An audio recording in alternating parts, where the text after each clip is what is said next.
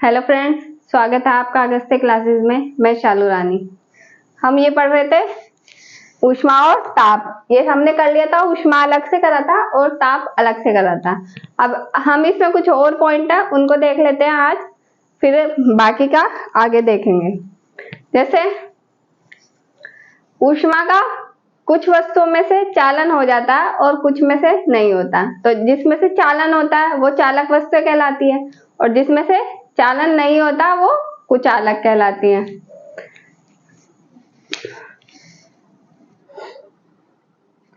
ऊष्मा का संवहन।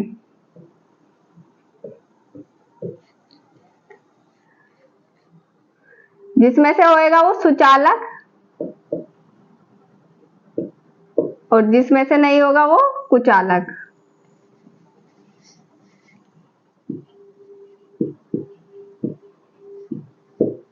अब कुछ वस्तुओं में से ऊष्मा प्रसारित हो जाती है, मतलब वो सुचालक वस्तु होती है, और जिनमें से नहीं होती वो कुचालक वस्तु होती है। अब जैसे हम इसको ऐसे समझ सकते हैं, एक हम रोड लेंगे लोहे की, उसका हम एक पॉइंट लेंगे, उसे गर्म करना शुरू करेंगे।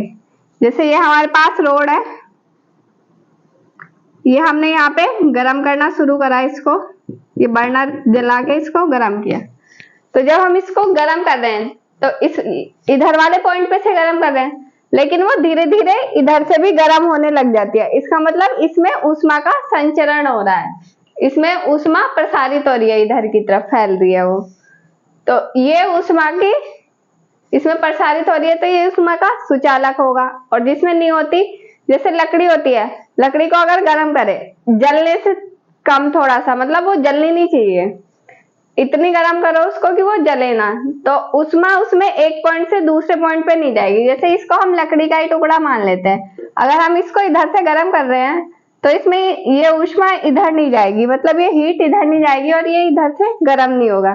तो जिसमें ऊष्मा प्रसारित हो रही है वो सुचालक और जिसमें नहीं हो रही वो कुचालक। तो इसमें हम लिख लेते हैं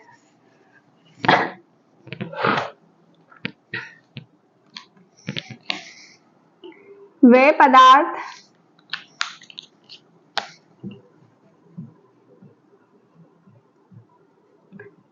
जिनमें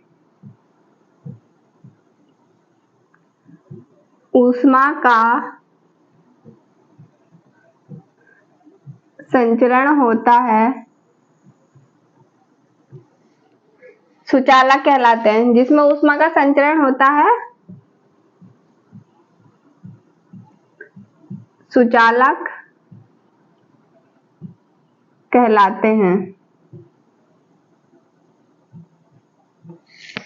अब इसके कुछ एग्जाम्पल हैं, जैसे लोहा, लोहे में ऊष्मा का संचरण होता है। लोहा, एल्यूमिनियम,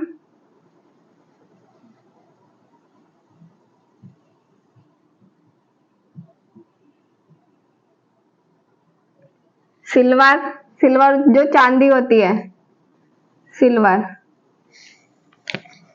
और भी होते हैं। तो ये जो ये सिल्वर है, इसमें ये ऊष्मा का सबसे अच्छा सुचालक होता है, मतलब इसमें ऊष्मा सबसे ज्यादा प्रसारित होती है, सबसे ज्यादा संचरण होता है ऊष्मा का। तो हम यहाँ लिख सकते हैं सिल्वर, चांदी ऊष्मा का सबसे अच्छा चालक है।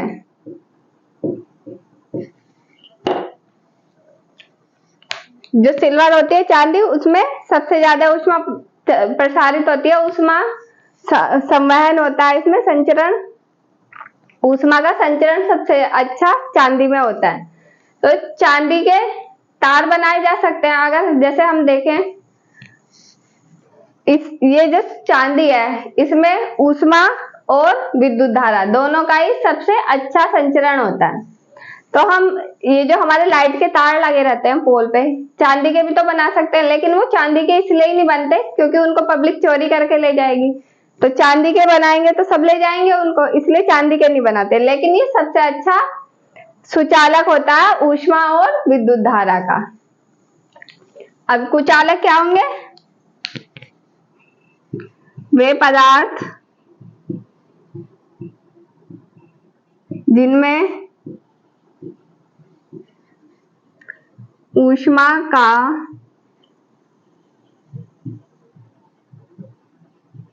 बहुत कम या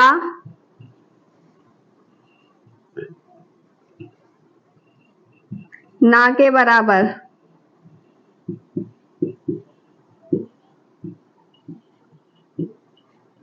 संचरण होता है,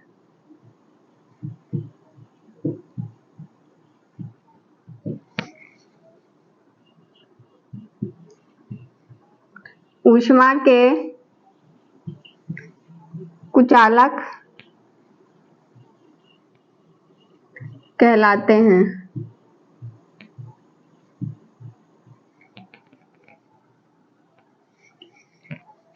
वे पदार्थ जिनमें ऊष्मा का या तो बहुत कम होगा, ना के बराबर ही लगभग, या तो बहुत कम पर संचरण होता है या फिर होता ही नहीं है, ना के बराबर संचरण होता है, ऊष्मा के कुचालक कहलाते हैं। अब इसके एग्जाम्पल देखते हैं, जैसे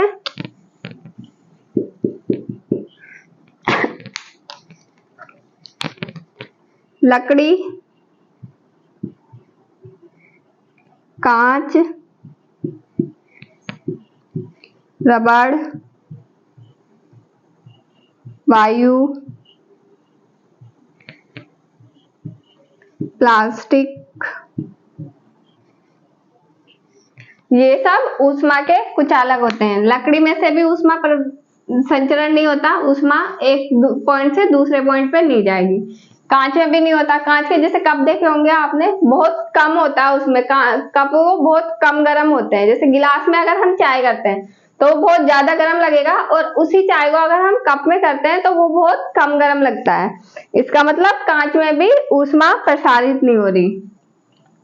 रबड़ में भी नहीं होती, वायु में भी नहीं हो रही, प्लास्टिक में भी नहीं होती। जैसे आपने देखा होगा हमारे जो घर में बर्तन रहते हैं, जैसे वो भगोने रहते हैं छोटे वाले हैंडल वाले, इस तरह के भगोने रहते हैं और उसमें ये हैंडल लगा हुआ आता है। इस हैंडल के ऊपर एक प्लास्टिक की कवर चढ़ा होता है जिससे कि वो गर्म नहीं लगता। ये जो प्लास्टिक का कवर होता है, ये बेकेलाइट एक प्लास्टिक आती है उसका बना हुआ होता है, बेकेलाइट प्लास्टिक का बना होता है, जिस कारण ये गर्म नहीं लगता। अगर हम देखें कि जैसे ये बर्तन है, ये गर्म हो रहा है और इसका हैंडल भी गर्म हो जाना चाहिए, क्योंकि वो ऊष्मा यहाँ से प्रसारित हो रही है, इधर जा रही है। ये एल्यूमिनियम के होते हैं या स्टील के होंगे, जिस चीज का भी ये बर्तन है, ये गर्म होते हैं। इसके गर्म होने के कारण इसका हैंडल भी गर्म होना चाहिए, तो ये जो हैंडल है ये भी गर्म हो जाता है, पर इसके ऊपर जो वो लेयर रहती है बेकेलाइट की, वो गर्म नहीं होती, और इसको हम यहाँ से आसानी से पकड़ के उठा सकते हैं, क्योंकि इसमें ऊष्मा का संचरण नहीं होता प्लास्टिक में, इसलिए यहाँ पे इसके ऊपर ये लेयर चढ़ाई जाती है। तो ऊष्मा का संवहन, जिसमें ऊष्मा संचरित हो जाती है, संचरण होता है, वो सुचालक, और जिसमें नहीं होता वो कुचालक। वे पदार्थ जिसमें ऊष्मा का संचरण होता है वे सुचालक कहलाते हैं। जैसे लोहा, एल्यूमिनियम, सिल्वर ऊष्मा का सबसे अच्छा चालक होता है। वे पदार्थ जिनमें ऊष्मा का बहुत कम या ना के बराबर संचरण होता है वो कुचालक कहलाते हैं। जैसे लकड़ी, कांच, रबड़, वायु, प्लास्टिक। तो ये सुचालक और कुचालक था। अब हमारे पास कई बार हमने देखा होगा एक क्वेश्चन आता है कि अगर एक रूम को बंद कर दिया जाए और उसमें फ्रिज छोड़ दिया जाए, उसका दरवाजा खोल के, फ्रिज चल रहा है और उसका दरवाजा खोल के उसको छोड़ दिया जाए, तो रूम के टेम्परेचर में क्या फर्क पड़ेगा? टेम्परेचर घटेगा या बढ़ेगा? तो नॉर्मली हम अगर देखते हैं तो ऐसा लगता है कि फ्रिज ठंडा है तो उसकी कूलिंग बाहर आएगी और टेम्परेचर कम होना चाहिए, मतलब रूम का टेम्परेचर कम हो जाना चाहिए फ्रिज को खोल के रखने से। लेकिन ऐसा नहीं होता। क्यों? जैसे ये फ्रिज है, हमने इसका ये डोर खोल के रख दिया, ये डोर खोल दिया, ये फ्रिज है। अब इसमें क्या होता है, फ्रिज में इसमें जो हम कोई भी सामान रखते हैं वो थोड़ा गर्म होता है, फ्रिज के टेम्परेचर से तो ज्यादा रहता है उस सामान का टेम्परेचर। तो ये फ्रिज क्या करता है, उसका जो वो हीट रहती है उसको वो ले लेता है और वो फ्रिज के पीछे से बाहर निकलती है। फ्रिज का जो पीछे वाला पोर्शन रहता है जहाँ पे वो लाइटों के तार रहते हैं पीछे, तो उस पोर्शन से वो बाहर निकलती है। वो यहाँ से जो इसमें सामान रखा है उसकी हीट ले लेगा फ्रिज और उसको पीछे से बाहर निकालेगा। तो इससे क्या होता है, रूम का टेम्परेचर और ज्यादा बढ़ जाता है।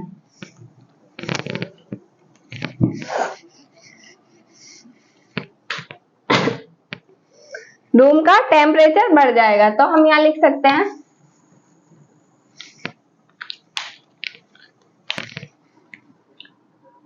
बंद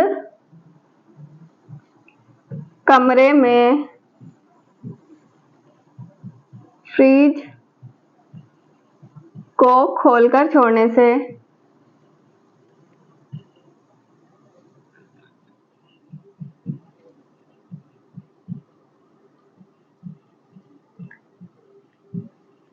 कमरे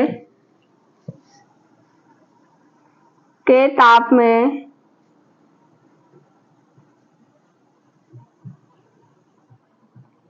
वृद्धि हो जाती है।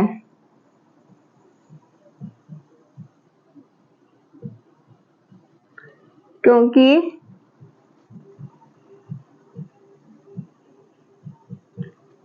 फ्रिज में से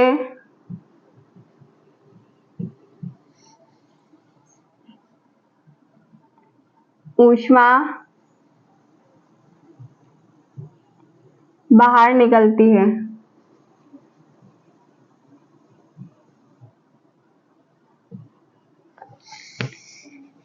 तो फ्रिज को खोलने से क्या होता है, रूम का टेम्परेचर बढ़ जाता है, ना कि कम होगा, और उससे ऊष्मा बाहर निकलती है। फिर ऊष्मा बाहर निकलने के कारण ही वहां रूम का टेम्परेचर बढ़ रहा है। अब एक है हमारे पास कि हम जो टेम्परेचर को मेजर करते हैं वो थर्मामीटर से करते हैं। थर्मामीटर अलग अलग टाइप के होते हैं। अब जैसे इंसान की बॉडी का टेम्परेचर हम थर्मामीटर से करते हैं, वो जो थर्मामीटर होता है उसको डॉक्टरी थर्मामीटर बोलते हैं।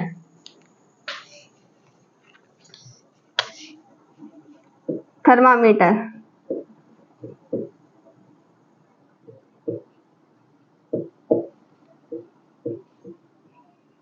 डॉक्टरी थर्मामीटर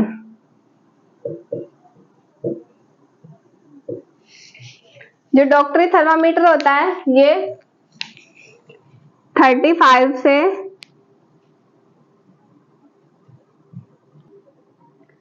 42 डिग्री सेंटीग्रेड तक का टेम्परेचर मेजर करता है। डॉक्टरी थर्मामीटर 35 से 42 डिग्री सेंटीग्रेड तक का टेम्परेचर मेजर करता है। और ये हमने पहले लिखा था कि बॉडी का टेम्परेचर कितना होता है, सामान्य 37 डिग्री सेंटीग्रेड, और इसको फ़ारेनहाइट में लिखेंगे तो 98.6 डिग्री फ़ारेनहाइट ये टेम्परेचर होता है। थर्मामीटर डॉक्टरी थर्मामीटर हो गया। एक होता है हमारे पास प्रयोगशाला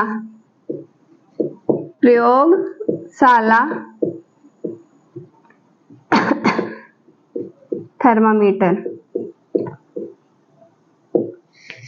प्रयोगशाला थर्मामीटर क्या होता है, इससे हम प्रयोगशाला में यूज करते हैं टेम्परेचर को मेजर करने के लिए, और इससे -10 से 110 डिग्री सेंटीग्रेड तक का टेम्परेचर हम मेजर कर सकते हैं। डॉक्टरी थर्मामीटर इंसानों के लिए यूज होता है, जैसे बुखार नापने के लिए हम इसको यूज करते हैं। ये डॉक्टरों के पास होता है, लंबा सा इस तरह का।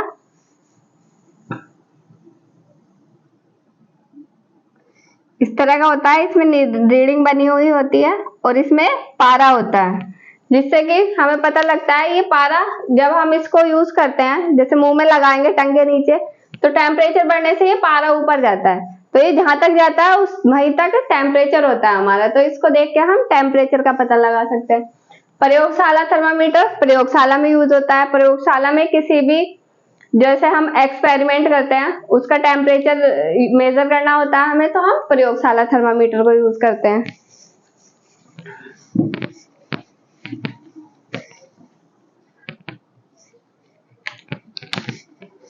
ये 1 2 3 डिजिटल थर्मामीटर। डिजिटल थर्मामीटर क्या होता है? ये भी इंसानों का टेम्परेचर यूज कर मापने के लिए यूज होता है। जैसे आजकल इस तरह के जो थर्मामीटर है ये थोड़ा कम आने लगे। डॉक्टरी थर्मामीटर में जो वैसे थर्मामीटर आते हैं पारे वाले वो कम आते हैं। डिजिटल थर्मामीटर भी थर्मामीटर होता है। ये कुछ इस तरह का होता है प्लास्टिक का। इसमें यहाँ पे एक बटन होता है, उसको दबाते हैं तो ये चालू हो जाता है और फिर जब हम इसको यूज करते हैं तो यहाँ पे रीडिंग आती है टेम्परेचर, यहाँ लिखा हुआ आता है डिजिटल में। उसमें तो हमें खुद से पढ़ना होता है जहां तक पारा जाता है, लेकिन इसमें रीडिंग आ जाती है कि कितना टेम्परेचर है। इसको देख के हम टेम्परेचर का पता लगा सकते हैं। तो ये डिजिटल हो गया।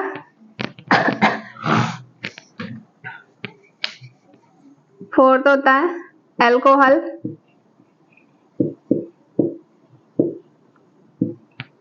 थर्मामीटर।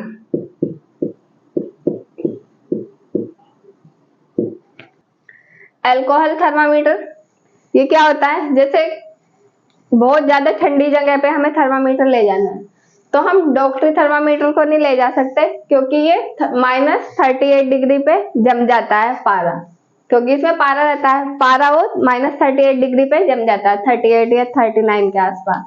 लेकिन जो अल्कोहल थर्मामीटर होता है इसमें पारे की जगह अल्कोहल यूज करते हैं और अल्कोहल बहुत ज्यादा कम टेम्परेचर पे जमती है।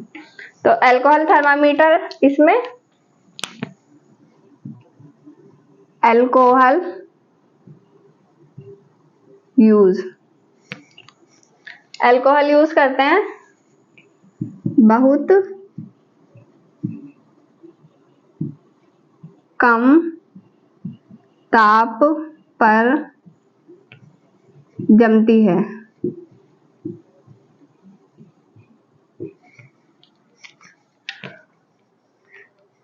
इसमें पारे की जगह अल्कोहल यूज करेंगे और ये बहुत कम ताप पे जमेगी।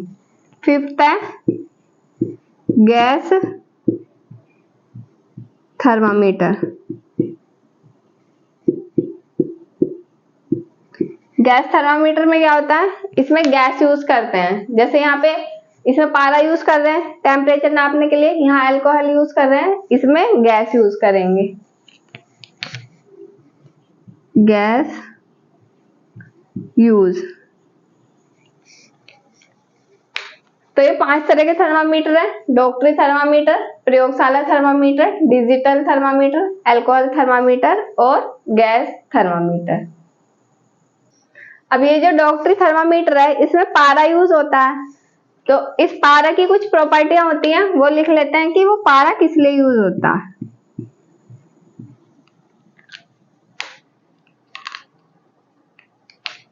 इसमें ऊष्मीय प्रसार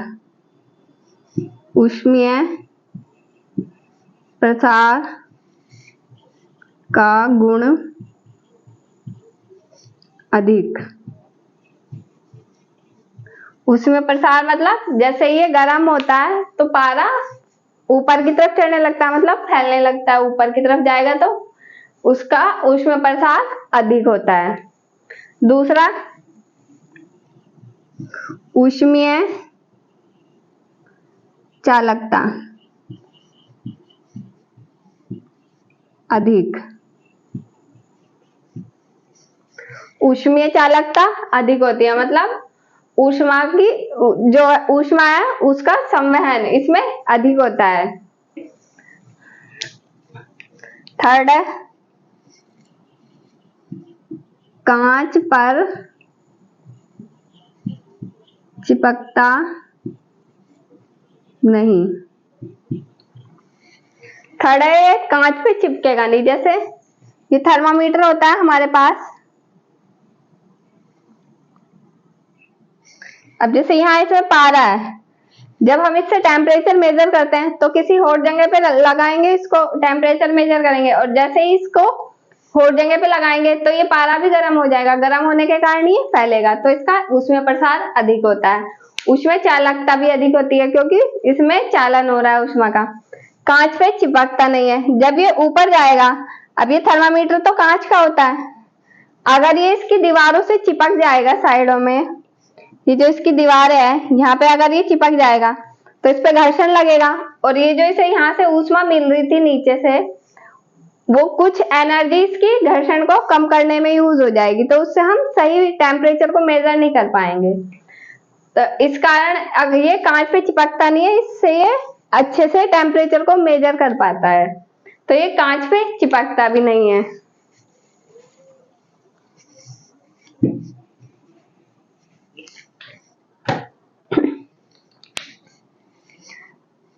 नेक्स्ट है इसमें -39 डिग्री सेंटीग्रेड पर जम जाता है।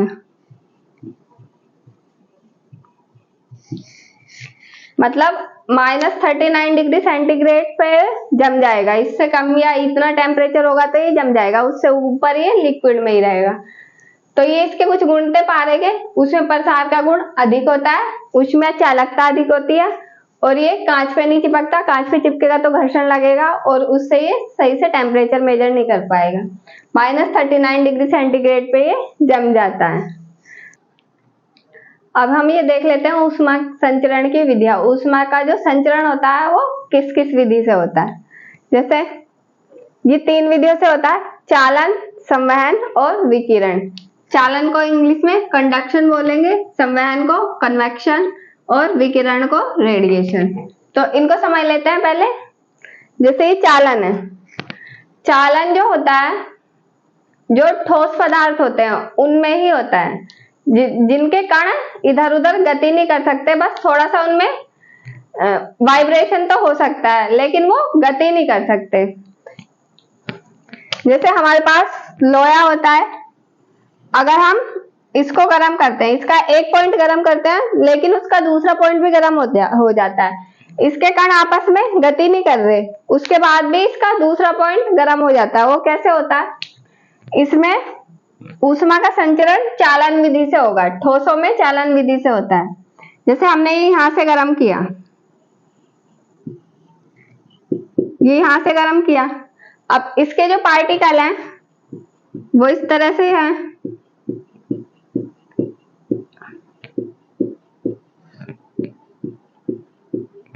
ये बहुत सारे लोहे के पार्टिकल से बना हुआ है। ये रोड एक पार्टिकल से तो बना हुआ नहीं है। तो इसमें क्या होता है, जैसे ही हमने यहां से इसको हीट दी,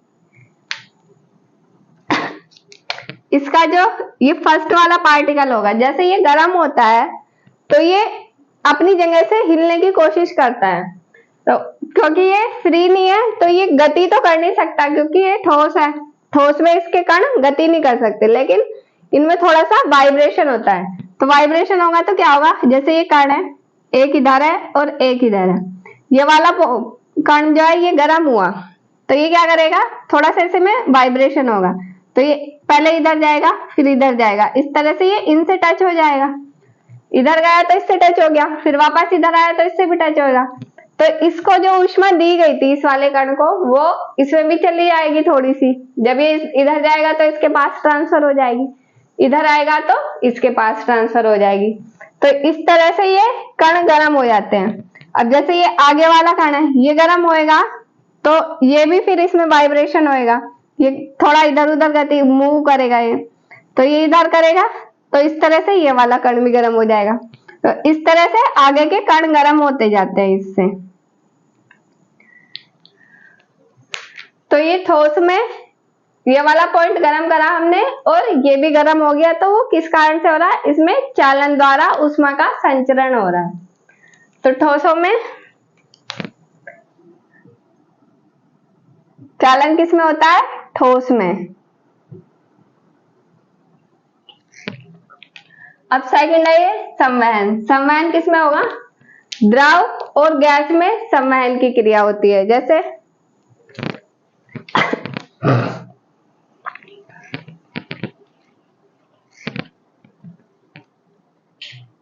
हमने एक ही बर्तन लिया और इसमें हमने पानी भरा, इसको गर्म किया हमने।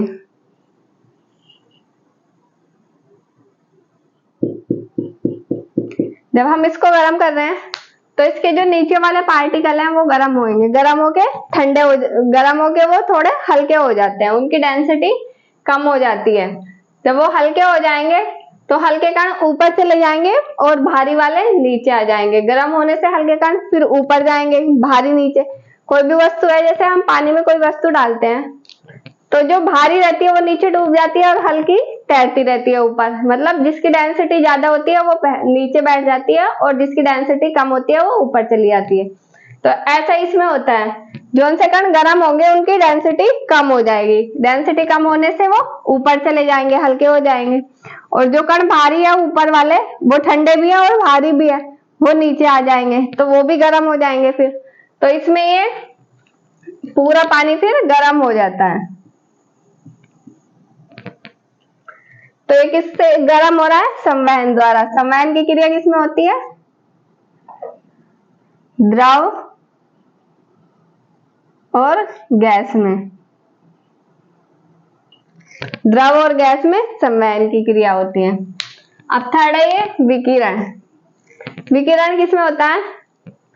निर्वात में होता है विकिरण। निर्वात में जैसे हमारे पास जो सूर्य की किरणें आ रही हैं वो हमारे पास आ रही है विकिरण की सहायता से। विकिरण की सहायता से ही हमारे पास आती है सूर्य की किरणें। तो विकिरण किसमें होता है? निर्वात और माध्यम में।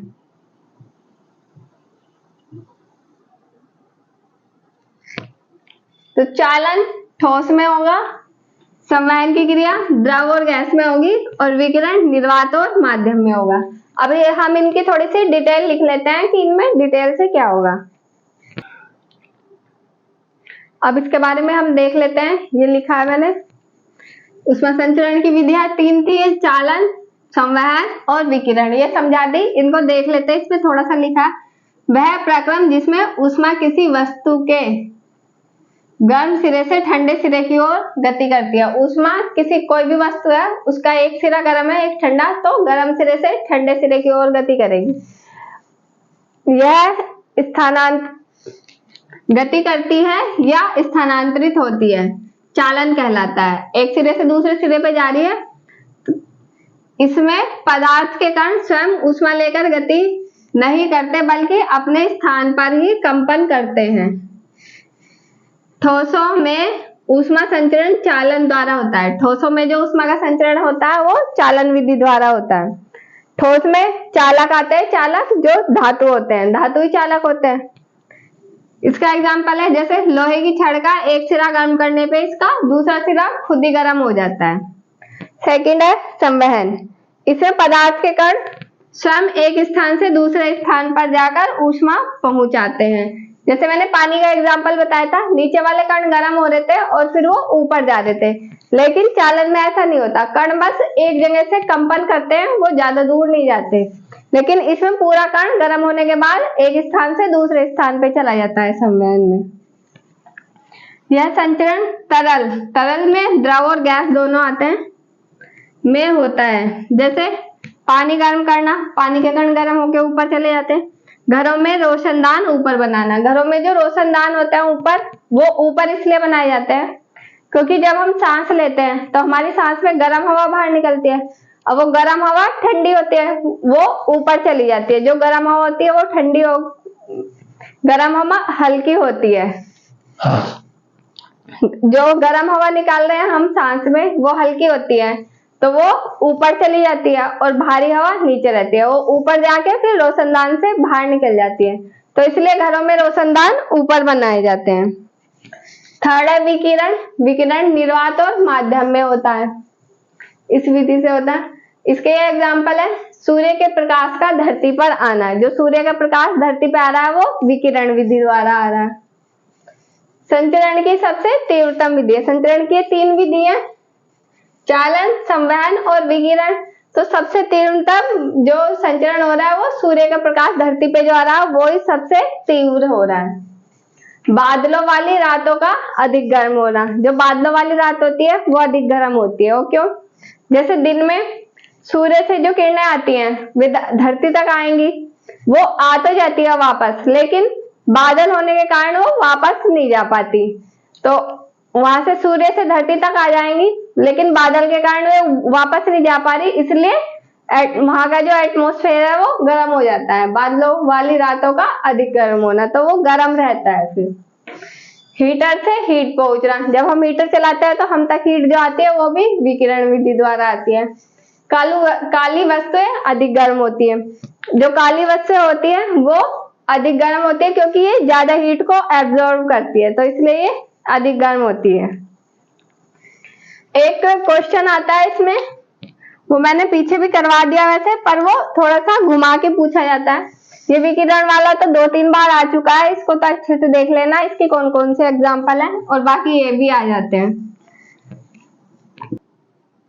1 किलो कैलोरी बराबर 4186 जूल। ये मैंने करवाया था पहले, फर्स्ट क्लास में करवाया था। 1 किलो कैलोरी बराबर 4186 जूल। अब हम अगर इसको 1 कैलोरी का मान निकालना है हमें, तो हम क्या करेंगे? पहले इसको किलो को हटा के यहाँ 1000 लिख सकते हैं हम, क्योंकि 1 किलो में 1000 ग्राम होते हैं, तो यहाँ 1000 कैलोरी आ जाएगा। 1000 कैलोरी बराबर 4186 जूल। अब हमें 1 कैलोरी का मान निकालना है। 1 कैलोरी का मान निकालने के लिए क्या करेंगे हम? अगर हम यहाँ पे 1000 से डिवाइड कर दें तो यहाँ पे 1 आ जाएगा 1 कैलोरी, इधर भी 1000 से डिवाइड कर देंगे, इधर भी, तो ये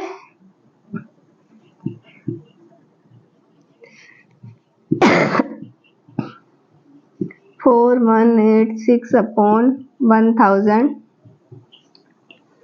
ये आ जाएगा 1 कैलोरी, ये इससे पूरा पूरा कट जाएगा, बराबर 4.186 जूल। ये 1 कैलोरी बराबर 4.186 जूल। कई बार सीधा पूछ लेता है कि 1 कैलोरी में कितने जूल होते हैं, या फिर एक बार ये रीट में क्वेश्चन आया था कि 1 जूल में कितने कैलोरी होती है। अब हमारे पास पता है कि 4.186 जूल में 1 कैलोरी होती है, और हमें 1 का मान निकालना है, तो हम इसको उल्टा लिख लेंगे। यहाँ पे ये दिया हुआ हमें 4 की वैल्यू, 4 जूल बराबर 1 कैलोरी, और हमें 1 की निकालनी है, तो क्या करेंगे हम? इसको इसके नीचे ले जाएंगे। यहाँ पे 1 जूल बराबर 1/4.18 कैलोरी, तो ये 1 जूल बराबर 1/4.18 जूल। ये वाला क्वेश्चन एक बार पूछा था कि 1 जूल कितने कैलोरी के बराबर होता है, तो इसको देख लेना अच्छे से, इसमें कंफ्यूजन जो हो उसको क्लियर कर लेना। ये मैंने पूरा करके दिखा दिया। 1 किलो कैलोरी से पहले 1 किलो कैलोरी इतने के बराबर होगी। अगर हम इसका किलो हटाएंगे तो यहाँ 1000 की मल्टीप्लाई होगी, क्योंकि 1 किलो में 1000 ग्राम होते हैं। फिर हमें 1 कैलोरी की वैल्यू निकालनी है, तो हम इसको 1000 से डिवाइड कर देंगे दोनों तरफ, हमारे पास 1 कैलोरी की आ जाएगी। अब हमारे पास 4 जूल की वैल्यू दी हुई है, 4 जूल बराबर 1 कैलोरी, और हमारे 1 जूल की पूछ रहा है, तो 1 जूल की निकालने के लिए इसको हम इसके नीचे ले जाएंगे, ये हमारे पास 1 जूल की वैल्यू आ जाएगी। तो आज की क्लास में इतना ही था। ये ऊष्मा के संचरण की विधियां, और बाकी ये 1-2 और क्वेश्चन थे, ये एग्जाम्पल थे कुछ कि किस तरह के इसमें से एग्जाम्पल आते हैं। तो आज की क्लास में इतना ही है। क्लास अच्छी लगी हो तो शेयर करें, लाइक करें, कमेंट करें और चैनल को सब्सक्राइब करें। Thank you.